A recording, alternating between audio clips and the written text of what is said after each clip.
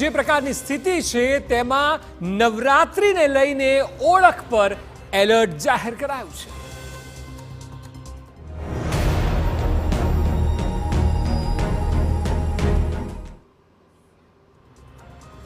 આપણે જોઈ રહ્યા છીએ તે મુજબ એક તરફ ગણેશ ઉત્સવના તહેવારમાં કોમી છમકલા થઈ રહ્યા છે, ધાર્મિક લાગણીઓ ક્યાંક ને ક્યાંક દુભાઈ રહી છે અને ભાઈચારા સામે પણ સવાલ ઉઠે તેવા બનાવો બની રહ્યા છે। ત્યારે બીજી તરફ હવે આયોજકોને નવરાત્રિ મહોત્સવને લઈને પણ ચિંતા છે। આ એ મહોત્સવ છે જે બાદ એવું માનવામાં આવે છે અને આરોપ લગાવાય છે કે અનેક કિસ્સા લવ જેહાદના સર્જાય છે। ગરબાના બહાને હિન્દુ યુવતીઓને ફસાવવાની પણ એક લાગણી અનેક સંગઠનોની હોય છે। ચોક્કસથી આમાં યુવતીઓએ જાગૃત થવાની જરૂર છે, પરંતુ તે પહેલા આવા આયોજનોમાં સાવધાની પણ રાખવી એટલી જ જરૂરી છે અને એટલે જ એક અવાજ એવો ઉઠ્યો છે કે નવરાત્રિના આયોજનોમાં વિધર્મીઓને ન હોવો જોઈએ પ્રવેશ।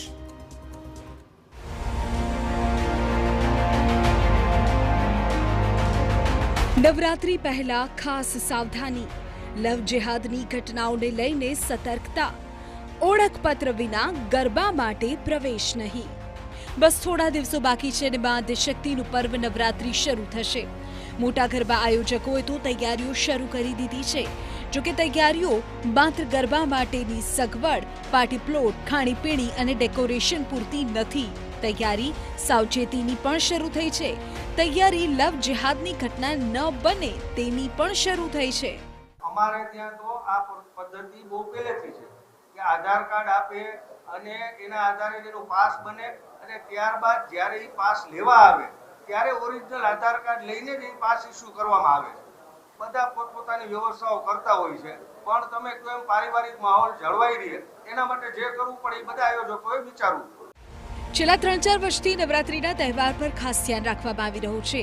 રાજ્યમાં વધતી લવ જેહાદની ઘટનાઓને લઈને કોઈ વિધર્મી નવરાત્રીમાં રાસ ગરબાના બહાને હિન્દુ યુવતીઓને ફસાવે નહીં, તેના માટે રાજકોટમાં અનોખી પહેલ કરવામાં આવી છે। રાજકોટમાં નવરાત્રી રમવા આવનારા લોકોએ બતાવવું પડશે આઈ કાર્ડ। ગરબા આયોજકો આ નિર્ણયના સમર્થનમાં આગળ આવ્યા છે। તેમનો મત છે કે ગરબામાં આવતા લોકોનું આઈડી કાર્ડ, આધાર કાર્ડ લેવું જરૂરી છે, જેથી લવ જેહાદ જેવી ઘટનાઓને રોકી શકાય। અમે છેલ્લા 2 વર્ષથી કોઈ પણ આધાર કાર્ડ કે કોઈ પણ એવું પ્રૂફ જેની ઓળખાણ થઈ શકે એવું અમે લઈએ છીએ। અમારા સોફ્ટવેર સંબંધિત પાસમાં એ જ્યાં સુધી ખુલતો નથી જ્યાં સુધી પોતાનું આઈડી કાર્ડ એ જમા ન કરાવે, એટલે એક સુરક્ષાની દ્રષ્ટિએ કહીએ કે કાંઈ પણ અફડાતફડીના માહોલની દ્રષ્ટિએ કહીએ તો એક આધાર પુરાવો એ જરૂરી છે કે આટલા બધી પબ્લિકમાં આ આપણી પાસે ખેલૈયાનું લિસ્ટ છે ને આ ત્યાં રહે છે એવો આધાર પુરાવો અમારી પાસે હોય। તો આ તરફ વિશ્વ હિન્દુ પરિષદના રાષ્ટ્રીય સંગઠન મહામંત્રી મિલિંદ પરાંડે પણ આ વાતના સમર્થનમાં આવ્યા। તેમણે તો એટલે સુધી કહ્યું કે જે કોમના લોકો વંદે માતરમ ગાવા સામે વાંધો ઉઠાવે છે કારણ કે તેમાં માતાજીની આરાધનાની વાત છે, તો પછી નવરાત્રી તો આદ્યશક્તિની ઉપાસનાનો જ તહેવાર છે। જો આ વાતને માનતા જ ન હોય તેમણે ગરબામાં આવવાની કોઈ જરૂર નથી। તેમણે ગરબા આયોજકોને અપીલ કરી કે વિધર્મીઓને પ્રવેશ ન આપે। नवरात्रि का उत्सव है, पूर्ण देश भर में मनाते हैं। मुसलमानों का एक बहुत बड़ा वर्ग वंदे मातरम को भी संपूर्ण नहीं गाता है, उनकी उसमें निष्ठा नहीं है, क्योंकि वो मानते कि वहाँ दुर्गा माता की प्रार्थना हो रही है। तो जो वंदे मातरम भी नहीं गाते, जिनको देवता के प्रति श्रद्धा नहीं है, इस धर्म के प्रति श्रद्धा नहीं है, तो गरबा में नाचने में आने के लिए कोई मतलब ही नहीं है। और इसीलिए आयोजकों को हम आह्वान करेंगे, हम इसके लिए जागरण भी करेंगे कि किसी भी मुसलमान को गरबा में प्रवेश नहीं देना चाहिए। ये हमारा आग्रह रहेगा। સવાલ એ થાય કે જો આપણે ભાઈચારાની વાત કરીએ તો કેમ આવા ધર્મના વાડા બંધાય તેવા નિયમો લાવવા પડે, જેનું કારણ સમાજના આગેવાનો લવ જેહાદને આપે છે। તેનું કારણ એ છે કે ગત વર્ષમાં રાજ્યમાં લવ જેહાદની આશરે 10થી વધુ ઘટનાઓ સામે આવી છે અને આ જ ઘટનાઓ સવાલ પૂછે છે કે યુવતીઓને ફસાવવા પાછળ વિધર્મી યુવાનોનો શું ઉદ્દેશ્ય?